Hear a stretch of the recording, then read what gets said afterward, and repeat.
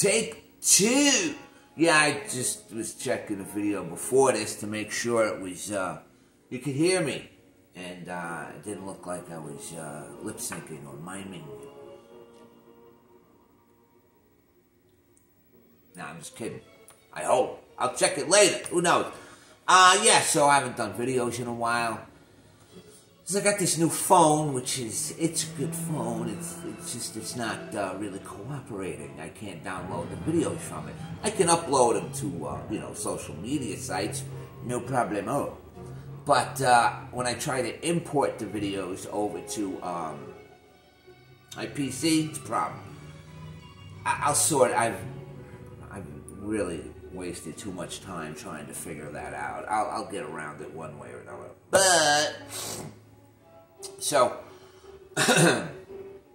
what I got here is a good video. I'm not going to do a bad video later. Not bad, but this is a more upbeat video. Today is Thursday. It's October 19th? Yeah, it's October 19th, 2023. So, on Amazon Prime Day, I ordered a bunch of stuff. Maybe I'll go over some of the crap that I bought. But I bought a DVD set. This one right here. This one. Can you hear it?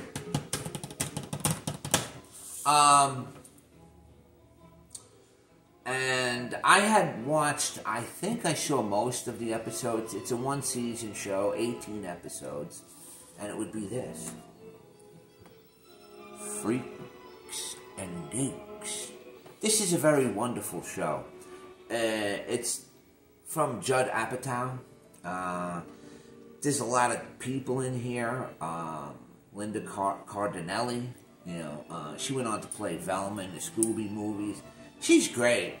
It kind of almost centers around her. But they go and do a story on almost every character in here. You got, these are the freaks.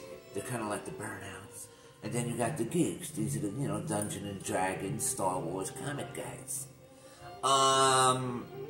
So it's got Jason Segel in it. It's got James Franco, Seth Rogen. It's just good. It's got Matthew Starr, this guy. He was in Silicon Valley show by Mike Judge. And they've all gone on to do many, many things. It's just, this show is so unbelievably spot on. It takes place in Michigan, and it takes place 1980, for their first year of high school, which is kind of like my first year. September would have been my sophomore year of 1980, but 79, 80 was my freshman year in high school. And this show is so unbelievably spot on, with the music, the cake parties, the stuff they talk about, the clothing, just the food, just everything. It's a wonderful nostalgia trip. They really nailed it with this. Now, this show was not a hit at all. It was very low in the Nielsen ratings. And it came out in 1999 and went over into 2000. Then it was canceled. It's just such a good ensemble show where I guess you would, to the drama, they cover some very serious topics, but there's also a lot of comedy in it too. So dramedy, I don't know. It's a wonderful show. I really liked it. Like I said, I hadn't seen all the episodes, but now I did. I watched it in its completion over the course from last week. I'd watch a couple episodes a night. Now, like I said, when it came out, it was a terrible flop. What's amazing is it was getting, I think it was getting like 6 million views per week, maybe. Now, that would be gangbusters today because, back then, even though we had kind of cable, even that was limited with HBO and Showtime. And that wasn't in every city either. But you had your main channels, your 5, 7, 11, 9, 4, and 2, and 13, PBS. But it's just a wonderful show. They cover so many topics. Where's the book? There's a book. I thought there was a book. Oh, here's the book. Okay. Now, they go over each. See, there's the cast in school. And I swear, it could have been the high school I went to. It was really amazing. Busy Phillips was in it too. She played Kim Kelly. Bad girl, Kim Kelly. Sorry about the drop out there on the lighting. But yeah, just the music. And this had just come out on DVD. And people were asking, it came out like a year or two ago, and it took a while. And in here they said, because they wanted to restore each of the shows as they were intended to watch. So, you know, they have a lot of rock music in here. A lot of rock, popular music at the time of 1979-80. And they had to get all the, I guess, the approvals and all that sort of stuff. But, yeah, it's 3 episodes a disc. This is the first disc. It's got each one of the cast members on it. That's the main girl, Lindsay Weir.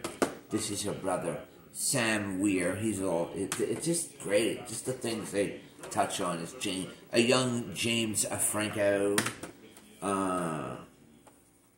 Which is this? And then his Matt Starr. And then we have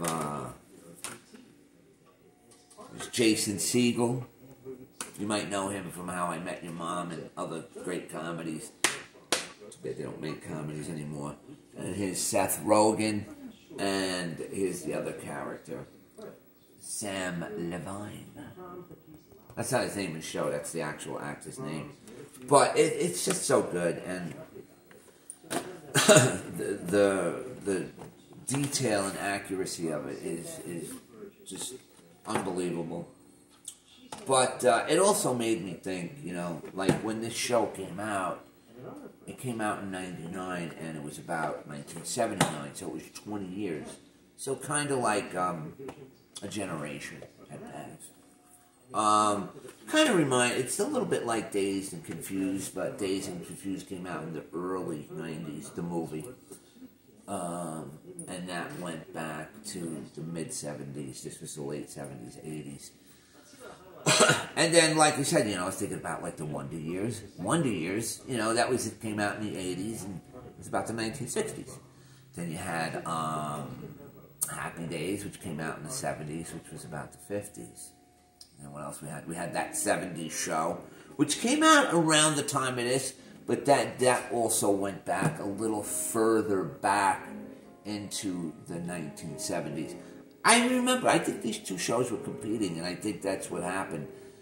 That 70s show, people were confusing it with that. It was just bad timing. But whatever, you know. I'm kind of glad that it exists the way it does. It's just 18 episodes, so it's kind of like, it's just, you know, you can watch it. And it does have an arc where they knew they were getting canceled, so it was ending. So that's what's really good about it. And there's little things in here you can do. They reunited the cast to do voiceovers, and you can listen to each one.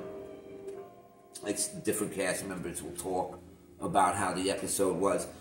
And overall, this must have seemed like a really wonderful experience for all of them, because they seem really happy about it, and they have nothing but great things to say. But anyway, as I was saying, you know, they have these shows that come out, like recently, I haven't watched it, it's like a couple of years ago. They had the Goldbergs, right? The Goldbergs took place in the 80s. So they do go back there, but you know what I could tell you?